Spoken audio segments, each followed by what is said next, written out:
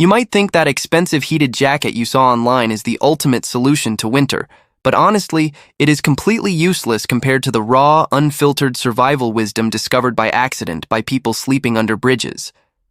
There are over 50 underground heating methods that most outdoor survival courses refuse to even acknowledge. Why? Because admitting they work would expose an uncomfortable truth about just how much of our ancestral instincts we have actually forgotten. Let's get real about sleeping on the cold ground. It is not just uncomfortable, it is dangerous. The ground will steal your body heat faster than a bad breakup steals your joy. Think of the earth as a gigantic, infinite ice cube, and you, my friend, are just the warm drink sitting right on top of it, losing energy every second. But here is where nature throws you a lifeline: dried grass. It changes absolutely everything. If you can grab a standard 30-gallon trash bag and stuff it with completely dry grass, hay, or even dead weeds, you have just built yourself a life-saving mattress. But don't just throw a handful in there. Pack it down until you get a solid 8 to 10 inches of thickness. When you lay on it, the magic isn't the grass itself. It is the trapped air caught between thousands of individual grass blades. This does the heavy lifting. It operates on the exact same thermodynamic principle as expensive down feathers in a luxury coat, except this is free. The key word here, however, is dry. I cannot stress this enough. Wet vegetation is a traitor. It conducts cold straight into your bones within hours and renders your effort completely useless. This bed takes maybe 20 minutes to build, costs you absolutely nothing, and works anywhere grass grows, even in the middle of urban parks. Now let's talk about fire. Starting a fire when the whole world feels damp and frozen is a nightmare. That is exactly where dryer sheets come in. You might see them as laundry supplies, but in a survival situation, dryer sheets are basically high-performance fire starter kits in disguise. Each sheet comes preloaded from the factory with flammable waxes and synthetic oils that ignite instantly. Even when damp conditions would turn your newspaper into a useless, soggy mush, a dryer sheet will catch a spark. Here is the move. Hit up any local laundromat and check the trash bins near the folding tables. People toss hundreds of used sheets daily without a second thought. Twist 3 of them together tightly, and you have got yourself a torch that burns long enough to dry out and catch even stubborn, wet twigs. They weigh virtually nothing, so tuck one in your pocket and forget it's there until your life depends on it. But fire is only half the survival equation. You need to stop wasting the heat you already have. Let's look at your own breath. It is basically a free heating system that you are wasting every single night. Every time you exhale, that air leaves your body at roughly 98.6 degrees. That is significantly warmer than most thermostats people set in their own homes. But without something to trap it, that precious heat just disappears into the cold night air, like cash disappearing after rent day. Here's the fix. Draping a blanket over your head creates a microclimate, a tiny pocket where that warmth actually accumulates instead of vanishing. Your face stays warmer, your nose finally stops running, and those painful cracked lips from dry winter air become a thing of the past. But here is the catch, and this is crucial. You must leave a small gap near your chin for ventilation. Carbon dioxide builds up fast in fully enclosed spaces, and waking up with a splitting headache or gasping for air completely defeats the purpose of staying warm. Now let's rethink hand warmers. Most people use them wrong. They just shove them in their pockets and hope for the best. That is exactly like putting a space heater in your garage and expecting your bedroom upstairs to get warm. It just doesn't work that way. Your body has these natural heating highways called pulse points, where major arteries run close to the surface of your skin. Slap a warmer on the inside of your wrist instead of your palm. That heat transfers into the blood, which then flows straight to your fingertips, warming them from the inside out. Even better? Tuck one against your inner thigh.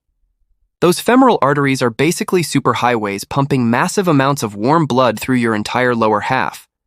Or place one on the side of your neck.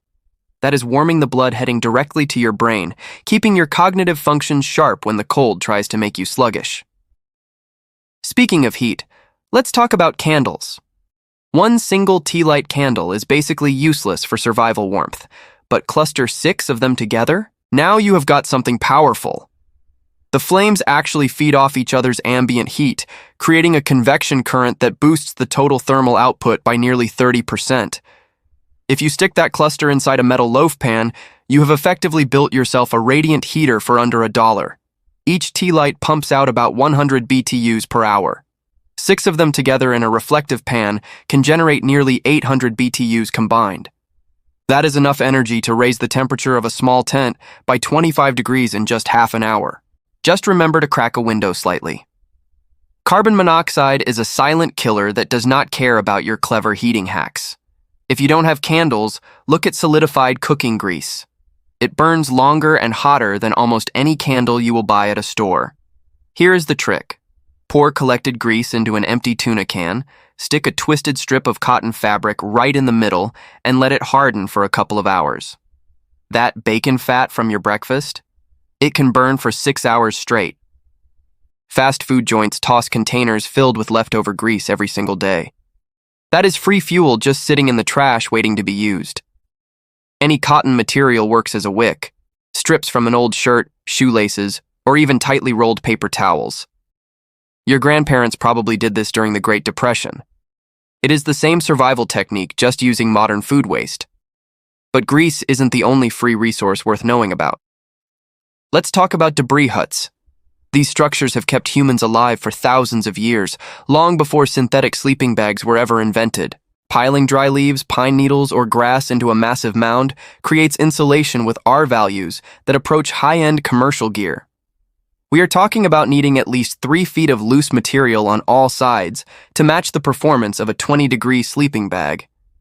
It works because your body heat slowly warms the air trapped inside the debris closest to you, creating expanding warmth zones throughout the night.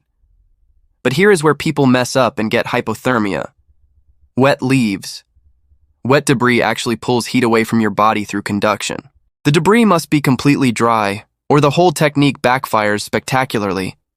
A properly built shelter takes 2 to 3 hours of hard work, but it is worth every second when the temperature drops. Now, there is another principle that changes everything about moisture management, and that is using plastic bags over your socks. I know, it sounds crazy, right? But here is the science behind it. Every time moisture evaporates off your feet, it steals heat. That is just physics being annoying. Bread bags fit perfectly between your socks and your shoes without making your feet feel like stuffed sausages. The key is the layering. Put the bag over your sock, not against your bare skin. If you put it against your skin, you will end up with swamp foot, and nobody wants that. Military researchers found this simple vapor barrier trick can make a 40-degree sleeping bag perform like a 20-degree one. You can even use large garbage bags with holes cut for your arms and head to create a full-body vapor barrier that retains critical core heat. Speaking of barriers and thermal mass, let's talk about rocks. Rocks can actually work for you instead of just being the hard things you sleep on. Dark-colored rocks are basically nature's thermal batteries. They have high thermal density, meaning they soak up solar heat all day long and then release it slowly for hours after sunset. Here's the trick most people miss. Flat rocks work way better than round ones. Why? Because they offer more surface area that actually touches your bedding or shelter floor, transferring heat more efficiently. Now you can also heat rocks directly in a fire to supercharge them. Wrap them in thick cloth or extra clothing layers and boom, you have got heavy-duty heat packs lasting 4 to 6 hours. My grandfather used to call these pioneer hand warmers, but I have to give you one serious warning. Never, and I mean never, use rocks from riverbeds or wet areas. Moisture trapped inside the porous stone turns into steam when heated, expanding rapidly and turning those rocks into grenades. Explosive cracking rock shrapnel is no joke, so stick to dry upland stones. But rocks aren't the only thing worth positioning strategically. We need to talk about wind chill. Wind chill is basically nature's way of cheating at math. If it is 30 degrees outside, but you add a 15-mile-per-hour breeze, your body reacts as if it is 15 degrees. That is not a metaphor. It is physics actively stealing your warmth through convection. The fix is embarrassingly simple but often overlooked. Get something solid between you and the wind. Look for building corners, loading dock recesses, or even a well-placed dumpster. These structures create what meteorologists call wind shadows. Dense bushes work too. A hedge cuts wind speed by half for a distance of 10 times its height. So a 6-foot shrub can protect you for 60 feet downwind. That is a massive safe zone created by a simple bush. But rocks are not the only thing worth positioning strategically. We need to talk about verticality. Warm air rises.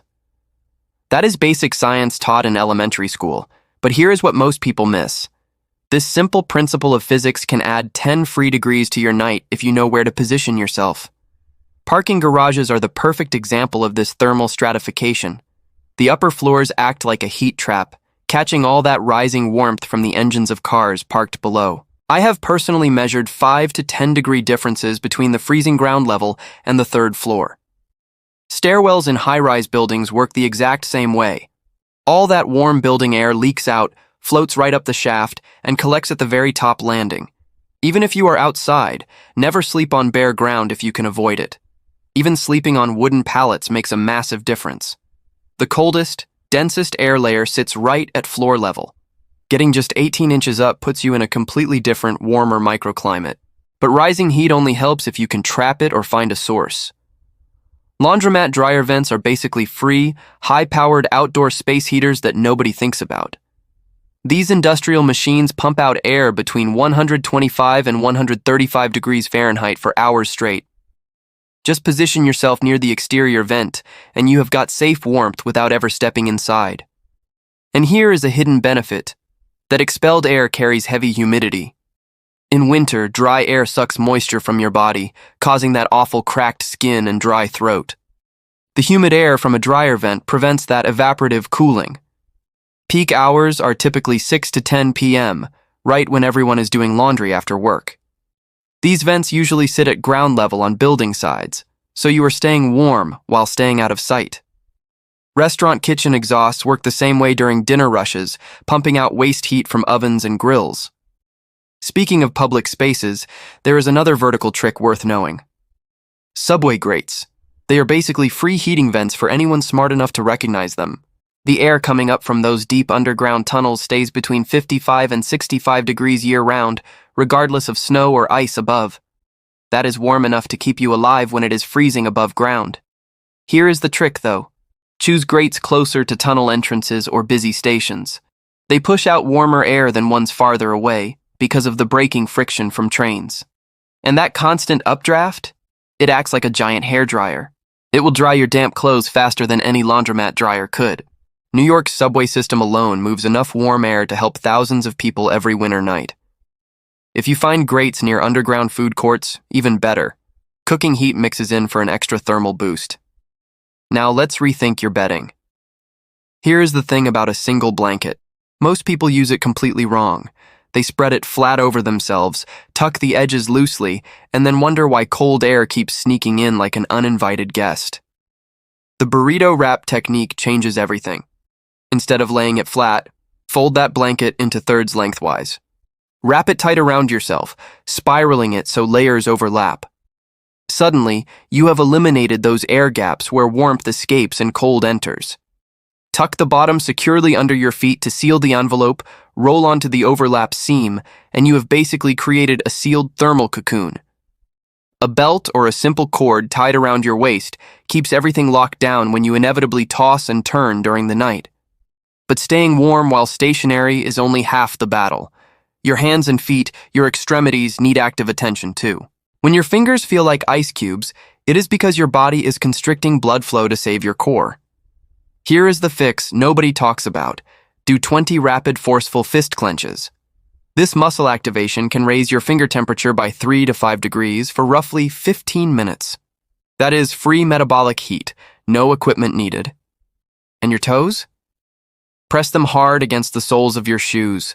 The friction and muscle tension generate warmth while forcing blood back into those freezing digits. But the real military secret? It is called the arm windmill. Stand up and swing your arms in large circles, fast. You are using centrifugal force to physically drive blood outward into your hands, overcoming your body's natural constriction. It acts like a human spin cycle. Soldiers have used this trick for decades when gloves weren't enough. The catch is consistency. You need to repeat these exercises every 20 to 30 minutes. Otherwise, your body pulls that blood right back to protect your vital organs. Speaking of protecting your core, there is an incredibly cheap hack involving coffee cans that changes the game. A large metal coffee can with a few holes punched near the bottom isn't just trash. That is a stove. Seriously, you feed twigs, cardboard, or paper scraps through the top, and you have got contained, directed heat that won't roll away or spread a wildfire. The cylindrical shape acts like a chimney, focusing flames and heat upward while the metal sides radiate warmth outward. Here is a pro trick most people miss. Nest a smaller can inside the larger one to create double walls. This creates an insulating air gap, keeping the exterior cooler for safer handling while the internal burn gets hotter. One can burning scrap cardboard can warm about a 10-foot radius in calm air. And when breakfast time comes, that same can boils your water to sterilize it. But speaking of heat sources, look at yourself. Your own body generates more heat than you realize, and body fat isn't just about weight. It is your built-in biological insulation system. Here's what nobody tells you. Where you carry that fat determines where you lose heat the fastest. Lean folks with flat stomachs? Their core gets cold quickly because there is less insulation over vital organs. Meanwhile, someone carrying extra weight around the middle has natural thermal armor there. However, arms and legs almost always have less fat coverage on everyone. That is why your fingers go numb long before your belly feels cold. Adapt your sleeping position to this reality.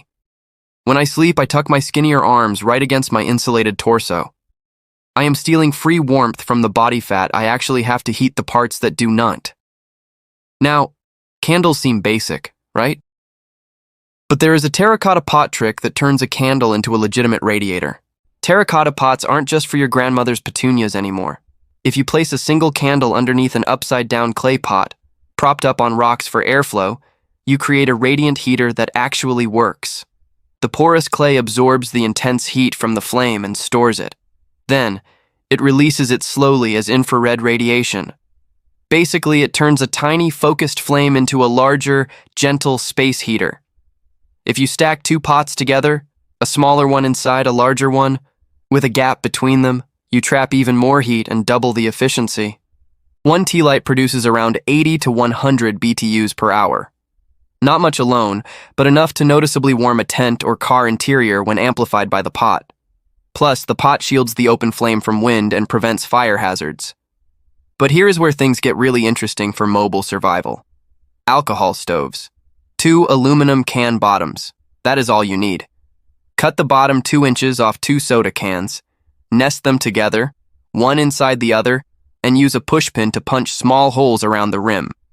Pour in some rubbing alcohol, isopropanol, or denatured alcohol, light it up, and watch the physics happen. As the alcohol heats up, it vaporizes. The pressure forces the gas out through the holes where it ignites. The flames shoot out like tiny jets around the edge, creating a ring of fire. 1 ounce of fuel burns for 15 to 20 minutes. Plenty of time to boil water or heat soup. Ultralight backpackers invented this design to save weight on the trail, but it works just as well in an urban alley as it does on a mountain peak. Now, let's talk about thermal mass on a macro scale. Sleeping near large concrete structures is basically free heating. Here is the science. Concrete has high thermal mass. It absorbs sunlight all day long, storing that energy deep inside the material. Once the sun goes down, it releases that stored warmth slowly throughout the night. South-facing walls in the northern hemisphere get maximum sun exposure, making them giant thermal batteries. And get this, a concrete wall that feels warm at sunset will keep radiating heat for 6 to 8 hours. That covers the majority of your sleeping time. Covered parking lots work the same way. Asphalt holds heat better than grass or dirt, which is exactly why you always see stray cats sleeping on pavement instead of the lawn. But we cannot ignore anatomy. Your head and neck are basically radiators running full blast in winter. Here's what most people get wrong. They will throw on the thickest coat they own, maybe even a hat, but leave their neck completely exposed. That is like insulating your entire house walls but leaving the front door wide open. The jugular veins and carotid arteries run right through your neck, pumping massive amounts of warm blood just millimeters beneath the skin. When cold air hits that exposed neck, it cools your blood rapidly before it even reaches your brain. A simple scarf or even a t-shirt wrapped tightly around your neck acts as a gasket. It traps rising body heat before it escapes into the atmosphere. Homeless outreach workers consistently report that neck coverings are the single most requested item after blankets. Not gloves, not hats, neck protection. Now let's talk about geometry, specifically the geometry of your sleeping position. Here's the thing about how you sleep. The fetal position isn't just about comfort, it is a mathematical survival strategy. Curling up cuts your exposed body surface area by roughly 40% compared to sprawling out flat. That is not some yoga guru nonsense, it is pure thermodynamics. By curling up, you are tucking your arms against your warm torso and using your knees to protect your stomach, which is your vital core. Your body actually does this automatically when you hit hypothermia stages, because evolution hardwired this response into your brain to save your life. Side sleeping also keeps your face away from the moisture you exhale, preventing your bedding from getting damp. Now here is a pro trick most people miss. Tuck your hands between your thighs. Your femoral arteries run right there, providing massive heat. It warms your freezing fingers without stealing heat from your armpits or chest. But whatever you do, avoid stomach sleeping. When you lay on your stomach, you are pressing your warmest surface, your front core, directly against the cold ground. That is a rookie mistake that will drain you dry. Speaking of ground contact, there is something even sneakier than the cold ground stealing your heat: the wind. Large contractor garbage bags are basically free, high-tech sleeping bag shells. If you climb inside one and stuff it loosely with crumpled newspapers or dry leaves, suddenly you have created dead airspace. The plastic blocks the wind completely. Zero wind chill factor inside that bag. That alone can mean the difference between shivering uncontrollably all night and actually getting some sleep. Here is a pro tip your grandmother never told you. Always choose black bags over clear ones. Why? Because black bags absorb morning sunlight and warm up significantly faster than clear ones. That is physics working in your favor for once. But there is one critical rule. You must punch a small hole for your face to breathe. If you skip this step, moisture from your breath builds up inside the plastic, soaking your clothes. You will wake up wet and freezing, which defeats the whole purpose. Now, let's talk about urban survival and timing your access to heated buildings. Sometimes, the best heating system is one that somebody else pays for. Public libraries usually open their doors at 9 a.m. and stay warm until 8 or 9 at night. They never ask you to buy anything. They just require silence. Malls work the same way for walking and staying mobile. Hospital waiting rooms are often open 24/7, and typically nobody questions a quiet person sitting in a chair reading a magazine. I have spent entire winter nights in airport terminals without a ticket because they are safe, patrolled, and heated. Casinos never close, and they are practically giving away warmth along with those free drinks to keep people at the tables. But timing matters more than you'd think. And this next hack explains exactly when your body needs that heat the most. Here's the thing about exercise that most people get backwards. They bundle up in all their layers, sit perfectly still, and then wonder why they are freezing to death. Your body is a biological furnace, but it needs movement to stoke the flames. A brisk 15-minute walk right before you settle in for the night creates a metabolic heat reserve that sticks with you as you drift off. But here is the trick. You must stop before you start sweating. Sweat is the enemy. Damp clothes in freezing weather will betray you faster than an ex with a grudge. Once you are settled, do light stretching or jog in place every few hours if you wake up cold.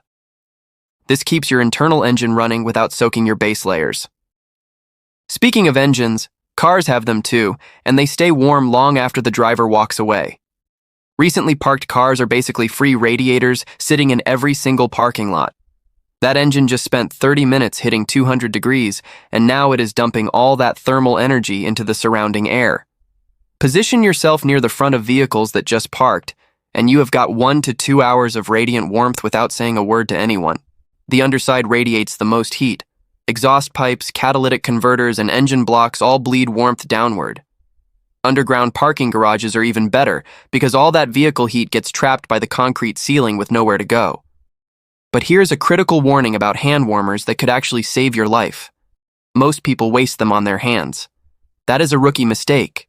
If you have limited heat sources, tape a warmer against your lower back, right near your kidneys. Suddenly, that warm blood is flowing everywhere south of your belly button. Your legs feel it, your feet feel it. You are heating the blood supply, not just the skin. That is 135 degrees of heat working for 12 hours straight. Dollar stores often sell these for $1 per pair during winter clearance sales. Stock up like you are preparing for a nuclear winter. Stick them in your armpits or your groin area, anywhere major blood vessels run close to the surface, to maximize systemic heating. Now, speaking of strategic placement, let's talk about scavenging insulation. Foam padding changes everything. Furniture stores are basically giving away survival gold every time they unwrap a new couch for display. Perfectly good, thick foam padding hits the dumpster daily. We are talking about insulation that outperforms cardboard by a factor of 6 to 1. Just 1 inch of that foam delivers an R value of 3 to 4. That is serious warmth for $0. Yoga mats work just as well if you can find them. Pool noodles? Flatten them out, slice them open, and you have got waterproof ground protection. Gym renovations are jackpots because they toss industrial-grade mats designed specifically for body contact. Here's the smart move, though. Layer the foam underneath your cardboard instead of choosing one or the other. Now you have got cold blocking plus cushioning working together. Speaking of layering systems, duct tape solves problems you didn't even know existed. Duct tape isn't just for fixing broken stuff, it is basically a portable weatherproofing kit for your body. Here's the thing nobody tells you. Your clothing has gaps. Cold air sneaks in through your wrists, your ankles, and your waistline. It circulates inside your layers, pushing out the warm air your body worked so hard to create. The fix? Tape your sleeves directly to your gloves. Tape your pant legs to your socks. It sounds ridiculous, and it looks ridiculous, but it works brilliantly to seal the envelope. One $3 roll solves dozens of heat loss problems. And if you remove it carefully, you can actually reuse the same strips multiple times. But sealing gaps is just half the battle. How you breathe matters more than you'd think. Nose breathing isn't just for yoga instructors and meditation gurus. It is actually a vital survival technique. When you breathe through your mouth, you are basically throwing away heat like spare change. Each exhale pushes out air at 98.6 degrees. Mouth breathers lose that warmth rapidly. Your nose, however, is a heat exchanger. It warms and humidifies incoming air before it hits your lungs, and it helps retain heat on the exhale. Breathing into a scarf is even better. You are creating a tiny heat recycling system right on your face. Also, slow your breathing down. Rapid, panicked breathing dumps warm air faster than your metabolism can replace it. And speaking of things that reflect heat back at you, let's talk about the physics of reflection. Sleeping near metal walls or aluminum-sided buildings actually bounces your own body heat right back at you. Your body constantly radiates infrared energy, and shiny surfaces act like mirrors for that invisible warmth. Position yourself about 2 to 3 feet from a reflective wall, and you have created a free thermal feedback loop. You can even hang aluminum foil behind your sleeping spot to do the same thing for pocket change. Even glass windows reflect some infrared spectrum. The effect adds roughly 2 to 3 degrees to your microclimate, which doesn't sound like much until you are freezing, and then it means everything. But let's talk about clothing strategy. Shared clothing or oversized clothing, that is where things get interesting. A 3XL hoodie on a medium-sized person isn't sloppy, it is strategic. All that extra fabric creates massive dead air pockets that trap heat, acting like a wearable sleeping bag. And here is the best part. When you are sitting still, you can pull your arms entirely inside the shirt, cross them against your chest, and suddenly your hands are warming directly against your core skin instead of freezing in thin pockets. Thrift stores sell these giant granny sweaters for $2 or $3. My grandmother called this turtle mode. She wasn't wrong. It is one of the most efficient ways to conserve heat. But speaking of keeping extremities warm, there is a biological trick that actually works from the inside out using food. Sugar before sleep. It sounds backwards, right? Your dentist would have a fit. But here's the thing. Your body burns calories to stay warm, and simple sugars ignite fast. Eating a candy bar 30 minutes before bedtime creates a metabolic heat spike that lasts 2 to 3 hours. Your body converts sugar to energy at only 25% efficiency. The other 75%, it is released as pure heat. That is not a bug. That is a feature you can exploit. However, Sugar burns out fast. Complex carbs burn slower. So, mixing sugar with bread or peanut butter gives you both the quick spark and the long, slow burn. Food banks often hand out snacks that double as furnace fuel. Just remember, sugar starts the fire, protein and fat keep it burning until morning. Here is the thing about biology that nobody wants to talk about, but it is critical for thermal regulation. Getting up to pee at 3 in the morning. You might think holding it in helps you stay warm under your blankets, but that is a myth. In reality, getting up exposes you to the freezing air, costing you about 20 minutes of accumulated body heat that you worked hard to build up. But holding it is even worse. Your body wastes precious energy constantly keeping that full bladder of fluid at 98.6 degrees. That is energy that should be going to your vital organs. The fix is practical, not polite. A wide-mouth Gatorade bottle. Keep it inside your sleeping bag or shelter. Handle your business without ever breaking the seal of your warm cocoon and empty it come morning. You save the metabolic energy your body was wasting on the fluid, and you avoid the massive heat loss of leaving your shelter. Truckers, high-altitude mountaineers, and military personnel have used this exact system for decades. It is not desperation, it is thermodynamics.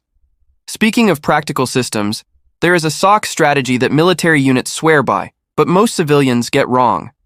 2 socks beat 1 thick pair every single time, but only if you do it right.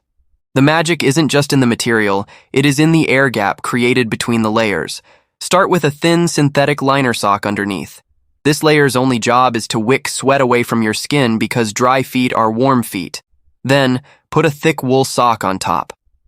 That tiny space between the 2 socks? That is pure insulation gold. Here is the advanced move. Use the vapor barrier trick we talked about earlier right between these layers.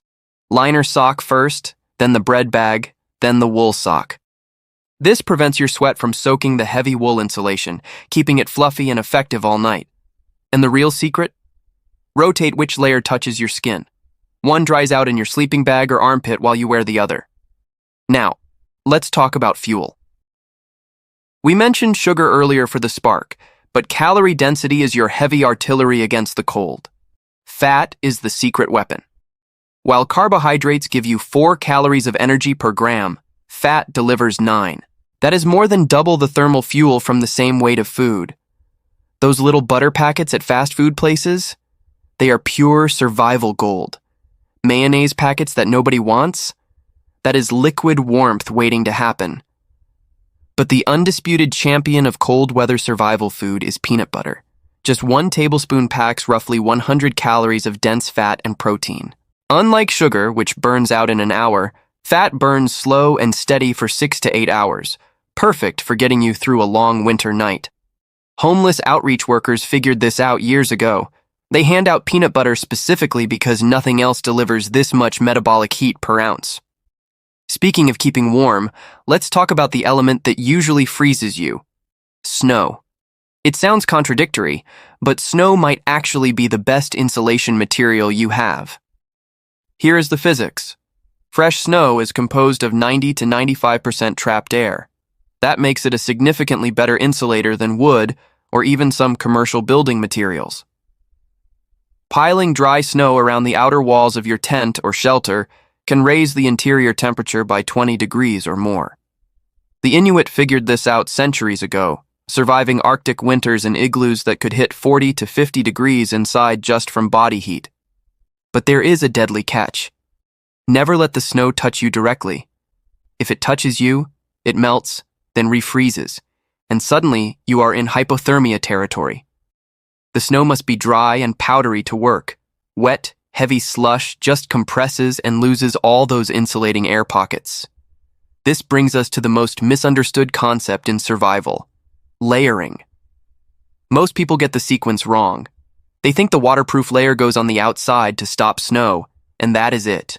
Wrong. Well, partially wrong. The correct sequence is non-negotiable science: moisture wicking against the skin, thick insulation in the middle, and then windproof, posh waterproof as your outer shell. If you put a waterproof layer, like a plastic bag or rain jacket, directly next to your skin, you have just created a personal sauna. You will sweat, That sweat will have nowhere to go. It will soak your insulation layer from the inside out, and an hour later, you will be freezing to death in wet clothes. And cotton? Cotton is a death sentence in winter. When wet, it loses 90% of its insulating value.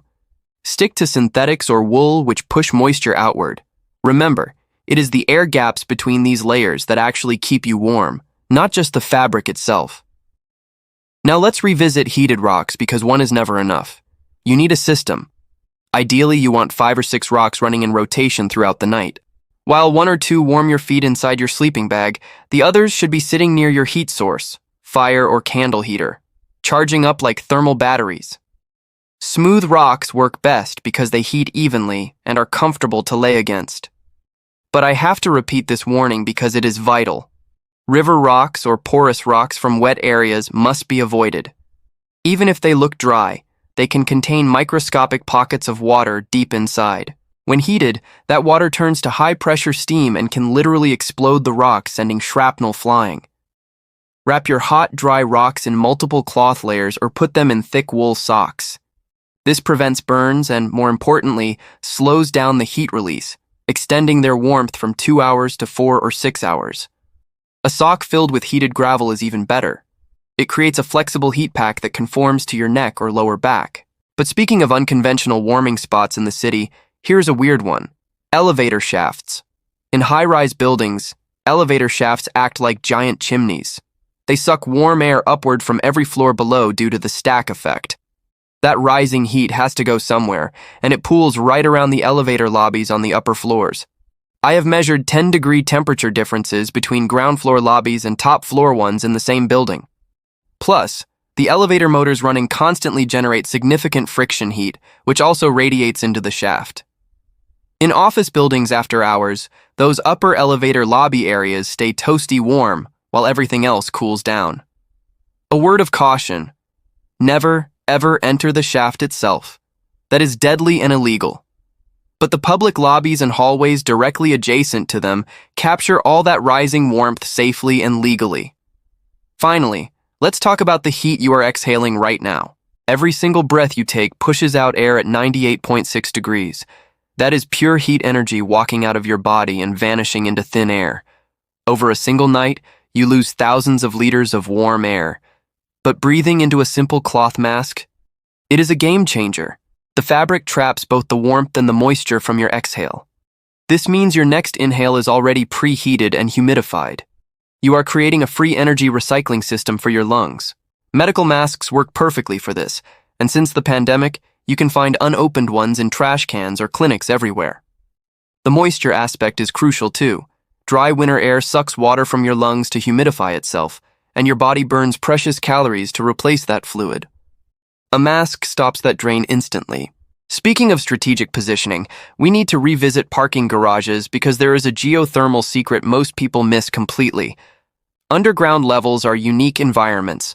Because they sit surrounded by millions of tons of earth, the temperature stays remarkably stable, hovering around 55 degrees year-round. That is free geothermal heating, folks.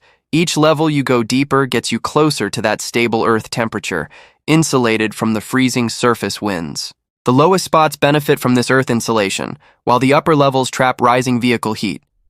It is a win-win vertical system. Concrete walls in these structures also soak up warmth from running engines all day, then radiate it back slowly throughout the night like massive stone radiators. And security guards? In my experience, they mostly ignore quiet individuals tucked into the stairwells between levels, especially on weekend nights when there is less foot traffic and fewer prying eyes. Now let us talk about a specific piece of gear that everyone uses wrong: the Mylar emergency blanket. Most people slap these shiny sheets on the outside of their sleeping bag, thinking it looks cool or waterproof. That is a rookie mistake. On the outside, the wind shreds thin Mylar in 2 days, and it creates a condensation barrier that soaks your insulation. The trick is the sandwich method. Place that shiny goodness between your blanket layers. Face the reflective side toward your body. Now, it bounces your own radiant heat right back at you like a thermal mirror, but it is protected from the wind by the outer blanket layer. Here is the bonus nobody talks about: the noise. Mylar crinkles like a bag of chips every time you move, which keeps you awake and attracts attention. Sandwiching it between cloth layers muffles that crinkle completely. One emergency blanket costs $1 or $2, but used this way, it performs like gear costing 10 times the price. But positioning matters beyond just your blankets. Where you actually sleep against structures changes the physics of heat loss.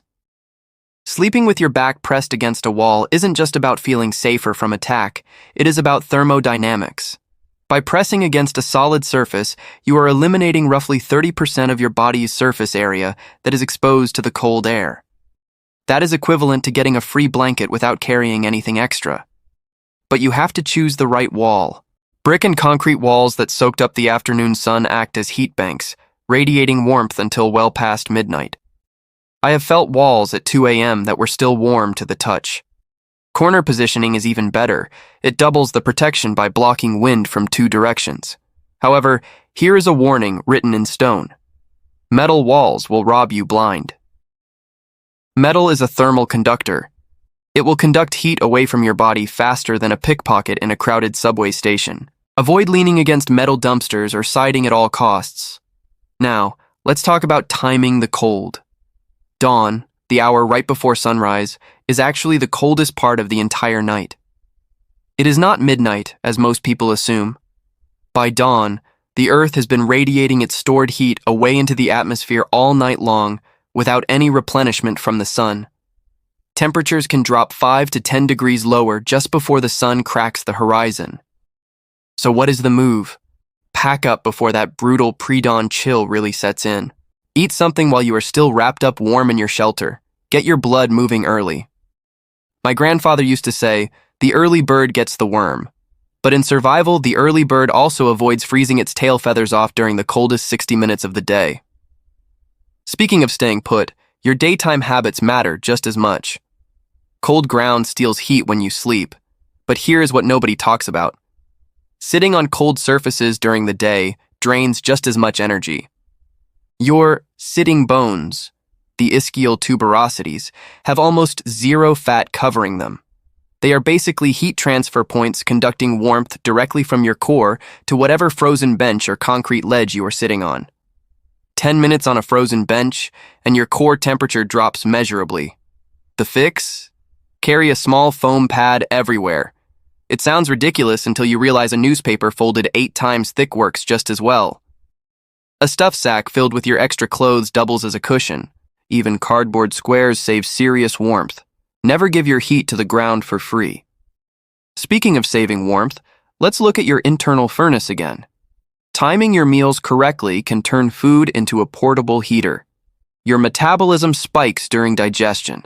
This is called the thermic effect of food. So here is the play. Eat your biggest, heaviest meal about 1 to 2 hours before you are facing the coldest part of your night. That is when your metabolism kicks into overdrive to process the fuel. And remember, protein works the hardest. Your body burns roughly 20 to 30% more energy just breaking down protein structures compared to simple carbs. That wasted energy is released as pure body heat. One big meal gives you a spike followed by a crash, but spacing smaller, protein-rich snacks throughout the night keeps that internal furnace humming steadily without burning out. We also need to talk about humidity again because it plays a sneaky role most people miss. Completely dry air is a heat thief. When humidity drops, moisture evaporates off your skin and from your lungs faster than you can say frostbite. And evaporation is a cooling process. That is why sweating cools you down in summer. In winter, you lose heat through invisible sweat you don't even know is happening. The fix involves microclimates. Breathing into a partially enclosed space, like under a snorkel hood created by your blanket, raises the humidity around your face. That trapped moisture actually slows down the evaporation from your skin, preserving heat. Some old-school survivalists even keep a small open water container near their sleeping area in a shelter. It sounds crazy to add water to a cold room, but raising the ambient humidity to around 40 or 50% actually makes the air feel warmer and stops that evaporative cooling effect. Finally, we have to talk about the invisible forces stealing your warmth. The wind direction. Wind doesn't just blow one direction all day. That is the trap nobody warns you about. During the day, The land heats up faster than the air, pulling wind in one direction. At night, everything reverses as the land cools. That cozy, protected spot behind the dumpster at sunset might become a wind tunnel by 2 a.m. I learned this the hard way in Chicago. I thought I had found the perfect corner, only to wake up shivering at midnight wondering what changed. Here is the fix. Check which way smoke drifts or watch how trash moves across the ground before you settle down. That tells you where the wind is heading right now. Also, remember that ground level stays calmer due to friction. Every 15 feet you go higher in elevation can double the wind speed exposure. Stay low, stay blocked. But knowing wind patterns, heat rising, and insulation hacks is just one piece of the puzzle. What really multiplies your survival odds is something most people completely overlook in our individualistic society. Here is the ultimate truth about surviving the cold. Nobody makes it alone. Not really. The best heating hack isn't a candle, a rock, or a blanket. It is knowing someone who will tell you the library stays open until 9 p.m. or which church hands out hand warmers on Tuesdays. Sharing a warm spot doesn't make it colder. It makes it safer. Groups can rotate fire watching duty so others can sleep deeply. They can pool cash for bulk supplies that are cheaper. And most importantly, when someone doesn't show up, others notice. That matters more than any Mylar blanket ever could. Knowledge shared is warmth multiplied. Use these hacks, stay smart, and stay warm out there.